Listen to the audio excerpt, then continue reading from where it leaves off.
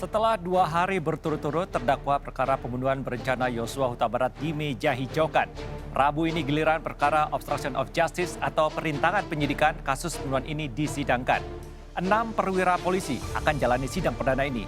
Rosalina Ocha sudah berada di Pengadilan Negeri Jakarta Selatan.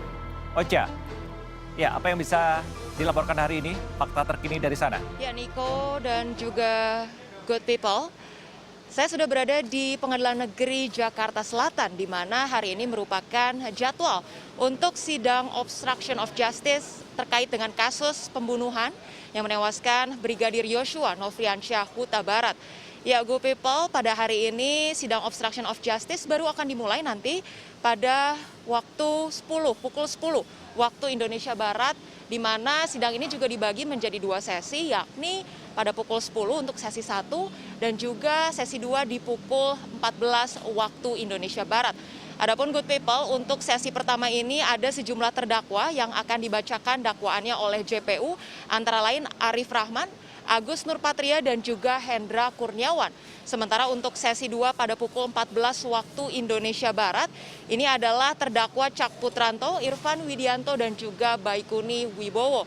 Di mana good people, sebagaimana kita ketahui 6 terdakwa dari sidang obstruction of justice pada hari ini merupakan personel kepolisian yang nanti akan disidang kembali digelar di ruang utama dari Umar Seno Aji dengan kapasitas 50 orang.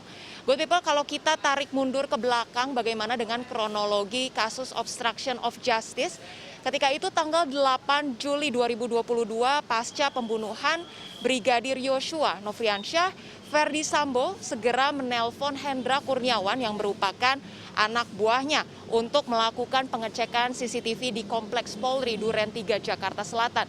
Di mana pada saat itu juga Ferdi Sambo menceritakan skenario awal yang dibuatnya kepada Hendra Kurniawan bahwa Putri Chandrawati telah dilecehkan oleh Brigadir Yosua. Sementara itu ketika Putri meminta tolong, kemudian Barada Eliezer menanyakan apa yang terjadi, justru malah dibalas dengan tembakan oleh Brigadir Yosua, sehingga terjadi baku tembak antara Brigadir Yosua dan Eliezer yang justru menewaskan Brigadir Yosua. Kemudian good people, Hendra Kurniawan ketika itu mempercayai hal itu dan kemudian juga menyebarkan kepada rekan-rekan anak buah Sambo lainnya mengenai apa yang terjadi yang sesuai dengan Sambo ceritakan. Good people, anak buah dari Ferdi Sambo ketika itu pun yang mana sekarang telah menjadi terdakwa melakukan koordinasi dan bekerja sama untuk kemudian melakukan pengecekan, kemudian mengganti CCTV di Kompleks Polri Duren 3, menggantinya dengan DVR CCTV yang baru, dan kemudian juga good people setelah itu diancam oleh Sambo untuk menghapus isi dari CCTV.